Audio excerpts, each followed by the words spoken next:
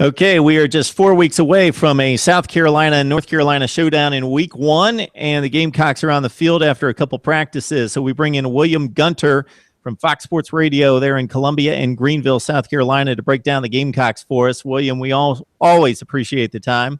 Let's talk quarterback situation, because over the last few years that has not been in question there with the Gamecocks. Connor Shaw firmly in place, then Dylan Thompson last season, but now we've got technically a four-way battle. How do you see it at this point, and who's your guy?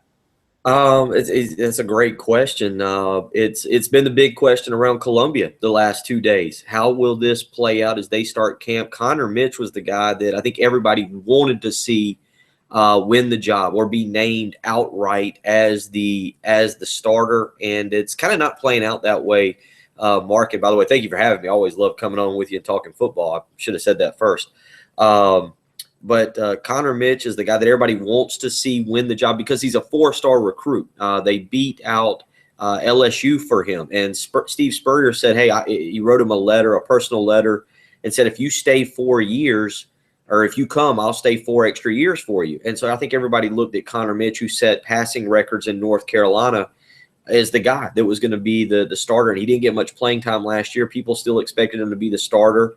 The next guy behind Connor Mitch is Perry Orth, who was a walk-on until last night. Last night he was awarded a scholarship, since South Carolina has had an extra one. Some people like myself might put on the tinfoil hat and get a little conspiracy theory and say the reason he got that scholarship is so Spurrier doesn't start a walk-on. I think the battle is a lot closer between those two than what people realize. And personally, I'm not so sure that a former walk-on for a program who's won 11 games in 3 of the last 4 years doesn't end up starting against North Carolina on September 3rd. And then the third guy, as you mentioned in the mix, is true freshman Lorenzo Nunez, a 4-star recruit out of Georgia. Steve Spurrier praised him today following workouts, which I thought was interesting because, they've worked out only 2 days, and neither of those days they've been in pads. So I don't know how much of a feel you can really get for a quarterback when they're not in pads and not allowed to be hit, but Steve Spurrier really praising him on that. So those are the 3 guys. Fourth guy, as you mentioned, Michael Scarnecchia. You have as good a chance as winning the starting quarterback job as Michael Scarnecchia right now. So it's really a 3-man battle with Scarnecchia fighting in there as well. Okay. I haven't thrown for a few weeks, so Scarnecchia might have the edge on me at this point. But looking at the other 3 guys, William, if I were a betting man, what would the odds be between those 3? Let's see. It's we're doing this at 9:30 on Tuesday night. I right now, in all honesty, I would say 40% for Mitch, 40% for Orth, and 20% for Lorenzo Nunez. I think last night I thought Connor Mitch had a great chance. In talking with some people, I feel like Steve Spurrier really likes Perry Orth. There are some similarities, small, to Connor Shaw. Both are kind of about the same height. Both are kind of the same build. Connor Shaw was a winner. Connor Shaw was an out-and-out winner. And I feel like at times Steve Spurrier gets a little too caught up in that. Connor Mitch is bigger. He's a better pocket passer. He's not as athletic. It's really kind of developing into a weird situation as to where Steve Spurrier could go with this when they arrive to play North Carolina on September 3rd. But if you had to ask me tonight, 40% Mitch, 40% Orth, and 20%. So Lorenzo Nunez has a chance, but it's only 20.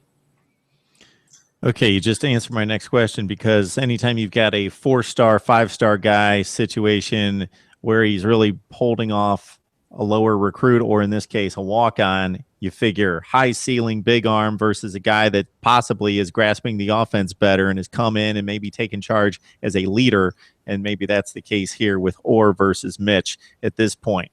All right, I'm going to bring up a bad memory for you, William, but it was about this time last year that Texas A&M took the field with Kenny Hill, and South Carolina fans quickly discovered that Jadeveon Clowney, Kelsey Quarles, and Chas Sutton were no longer on scholarship, and it was an ugly night. And then the season kind of unraveled from there for the most part. So defensive line for the Gamecocks, what can we expect this season? Is there going to be a return to form of sorts? They're excited. They're excited. Steve Spurrier had his media golf outing last week, and I had the chance to talk with defensive line coach Deke Adams kind of at length about the defensive line, and they have overhauled it. I think in my neck of the woods, covering it the way we do, last year we should have seen the issues. We should have seen that they were playing third-string linebackers at defensive end, and that the talent at defensive tackle was subpar, maybe average at best. In talking with defensive line coach Deke Adams, they have overhauled it. They've brought in two very, very good junior college recruits. Now, they're great on paper. They were great in the recruiting rankings, Marquavius Lewis and Dante Sawyer. How good are those guys when they actually have to play a football game? They have a young man that Florida State wanted very badly that went to prep school, Dexter Wideman. They're very high on another defensive tackle who played sparingly last year, Taylor Stallworth, who's injured right now, and now his actually availability for September 3rd is in question. And then there's a fifth guy, Ulrich Jones, who right now is better known for his tweeting at Deshaun Watson, telling him what he was going to do to Deshaun Watson in the final game of the year. But in talking with Deke Adams, Coach Adams said, listen, I have to give this young man credit. We told him, stop tweeting, shut up, stop that. But he said, I'll give him credit. He has come in and performed like a person who knows this is his opportunity to make the NFL or to make the most out of his talent. 6'6", 290 pounds, can play defensive end, can play defensive tackle, depending on the type of team they play. The defensive line is completely rebuilt. They're very excited. Now, you know as well as I do, excitement is one thing, production is another. I expect them to be better. Dante Sawyer is the player to watch. He may be a household name, could be a household name at the end of this year. Very similar in body stature to former first-round pick Melvin Ingram. Can play inside because he still has quickness at 290 pounds. Projected as a defensive end. That, to me, is the guy to watch. I think the defensive line, you're right, last year was absolutely disgusting if you're a Gamecock fan. I think this year you're going to feel a lot better about the defensive line as they progress through the year. One thing to add to that, I think it's a progress. It's not going to be at its all-time best right out of the gate against North Carolina, Kentucky. It's going to take a few games for them to find the right way to go about doing things.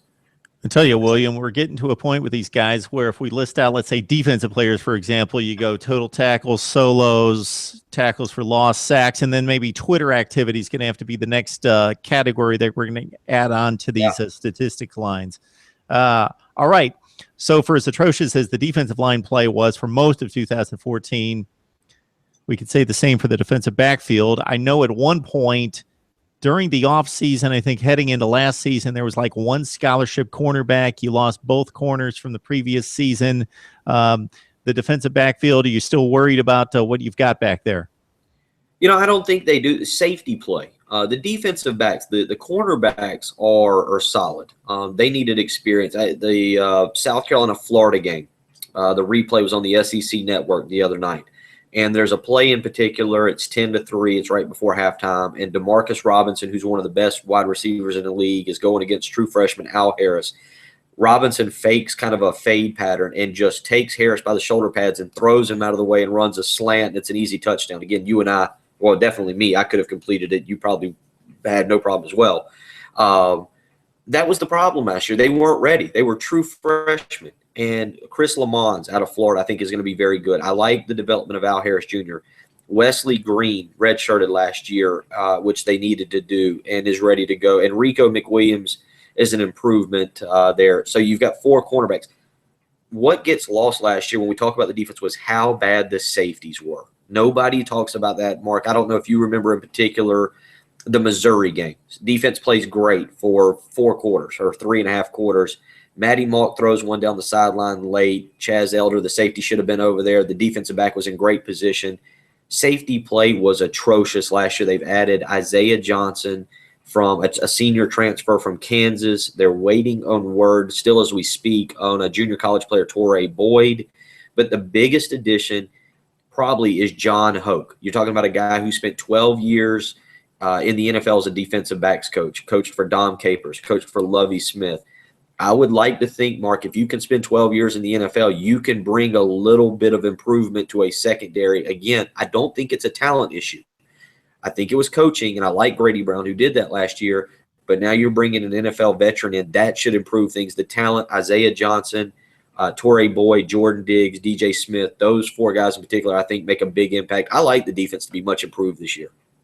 All right, folks, as soon as you get done listening to us, you jump on Twitter and you follow William Gunter. Definitely, you can hear it right here, the personnel breakdown. Love it. Love to know what's going on with South Carolina, and he knows the SEC as well. So before we let you go, recruiting's huge. 2016 right around the corner. The Gamecocks rank typically in that 15 to 20 range, but that's usually good for 7th to 10th in the SEC. How do they look coming out of this big weekend? Yeah, they had their first annual pool bash, which, is becoming a big deal now across the country, especially in the Southeast. You bring kids in. You don't necessarily allow them to work out. You just bring them in. You hang out by the pool. You serve some great food, and you see everybody with their shirt off, which is always unique. They did the weird story. We don't have time for it. Me interviewing a defensive lineman with his shirt off. That was very odd. That was a first in the recruiting game. Big old boy too.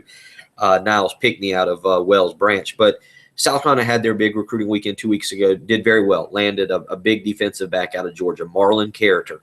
They actually went in and beat out Will Muschamp in Auburn for him. That was big. They landed Jordan Smith, a 4-star defensive end, 6'6", 225 pounds, had offers from Clemson and Tennessee and Auburn. They filled up. That he was not a take for those schools, and that's sometimes what you have to have. You have to have a guy kind of fall into your lap like that. Very good pickup. They landed a junior college offensive lineman and an in-state defensive back as well. South Carolina right now is behind the 8 ball in recruiting because Steve Spurrier said back in December he may only be here 2 to 3 more years. How many recruits really want to come play for a coach when they're not sure if he's going to be there their tenure, if their position coach is going to be there? So they've been behind the 8 ball. They do have a great centerpiece in quarterback Brandon McElwain out of Pennsylvania, a 4-star kid, 4-star quarterback, had offers from Auburn, from Penn State, from Florida, from all over the country. That is a building block for them to have and an attraction. They have some nice other pieces, but recruiting for South Carolina is going to be dependent on winning a lot of games, building momentum, and then Steve Spurrier at the end of the year getting excited and saying, yeah, I'm still here for 5 years. Well, Spurrier, with that kind of situation, with the questions about him leaving and riding off into the sunset, stealing a big-time 4-star recruit quarterback out of Pennsylvania with Christian Hackenberg heading to the NFL most likely after this year would be obviously a huge get. William Gunter joining us from Fox Sports Radio out of Columbia and Greenville, South Carolina. I tell you, William, for a guy like me that tries to track everybody in the SEC and around the country, to get you on breaking down personnel and get me caught up on the Gamecocks like that, this is good stuff. So I appreciate it. Love doing it. Love covering the SEC and the ACC because we have Clemson in here as well. And you can go to that website, Fox Sports, foxsportsradio.com, and click on the Reynolds and Gunter tab and click on Gunter spot. Put up a new article today, 5 breakout SEC players for the upcoming year. So I'm excited about that, and have another one coming tomorrow with ACC players. So it's not far away. You're right. 4 weeks from tomorrow, we're treated to South Carolina and North Carolina, Michigan, Utah, TCU, Minnesota. And Mark, I know you'll be fired up about this Colorado and Hawaii. I saw your vacation pictures out in Colorado, so I'm sure you're a Buffalo fan now. Got to track those Buffs. I got to try to stay up with everybody, even though they're winning 2 games per year. Got to track the Buffs as well. So, all right, William, good stuff. Appreciate the time, man. Always enjoy it, Mark. I always enjoy talking football with you. Anytime we can do it, I'm gladly make time for you.